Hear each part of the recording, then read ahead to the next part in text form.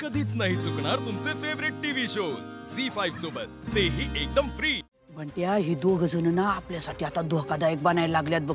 तू ना काहीतरी त्यांचा निकाल लाव पाहिला। दोघांचा निकाल लावायला मला अजून 2 दिवस लागतील। तोवर घरात नीट लक्ष ठेव। त्या आप्पीला कसला म्हणजे कसलाच राडा करू देऊ नकोस। नाही नाही, अजिबात नाही। एकदम बारीक लक्ष ठेवायचं। हा काय झाली का कारस्थाना रचून? आप्पे, तू ये इथं। अरे देवा, भाजी तळली वाटतं। हे घ्या। आई सॉरी, मीच भाजी टाकली आणि बरं बरं, असू दे असू दे, ये इथं।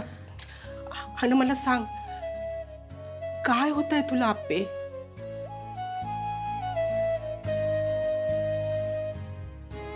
आई, मला बाळाच्या रडण्याचा आवाज येतो। रडण्याचा आवाज येतो म्हणजे मला असं नाही सांगता येते, पण मला खरंच बाळाच्या रडण्याचा आवाज येतो।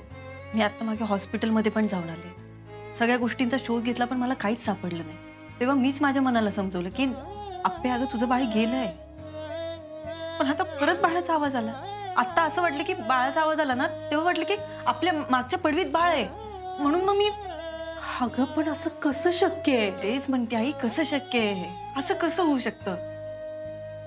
कधी कधी असं वाटतं की आपण शेतात जे, ते बाळ आपलं नाहीच आहे। आपलं बाळ जिवंत आहे आणि ते बाळ बोलवतंय मला सारखं। आप्पे, अगं अख्खी रात्र आम्ही सगळे तुझ्या रूमच्या बाहेर होतो हॉस्पिटलमध्ये, आणि त्यानंतर बी दुसरं कुणीच आलं गेलं नाही तुझ्या रूम मध्ये। आणि तूच तर म्हटली होती की अर्जुनच्या हातात सगळ्यात पहिल्यांदा बाळाला द्यायचं म्हणून जे गेलं ते तुझंच बाळ होतं। आई, हे सगळं कळतंय की मला, पण कळत नाही। तेच होते, पण का होतंय, का वाटतंय मला असं? कारण तू आई आहेस। अगं हिरकणी गडावर होती तेव्हा ती फक्त बाळासाठी गड उतरून आली होती। आईचं बाळासाठीचं जे नातं असतं ना, ते जगात सर्वात निर्मळ आणि ताकदवर असतं। तुझ्या पोटात वाढलेलं बाळ होतं ग ते, हाडा मासाचा गोळा होता। फक्त त्याचमुळे मला हे। हो अगं, साधी गोष्ट आहे आप्पे। बाळ इथंच मागे रडत असतं तर आम्हाला सगळ्यांना बी आवाज आला असता की त्याच्या रडण्याचा, फक्त तुलाच का आला? मला तर कुठूनही येतो आई आवाज। अगं तुलाच येतो म्हणजे ते तुझ्या डोक्यात आहे।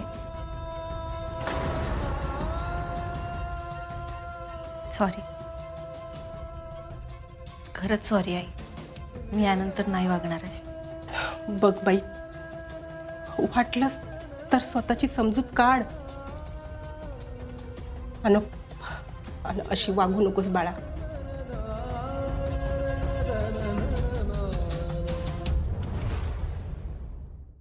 झी5 ॲप डाउनलोड करा आणि पहा सर्व एपिसोड्स एकदम फ्री।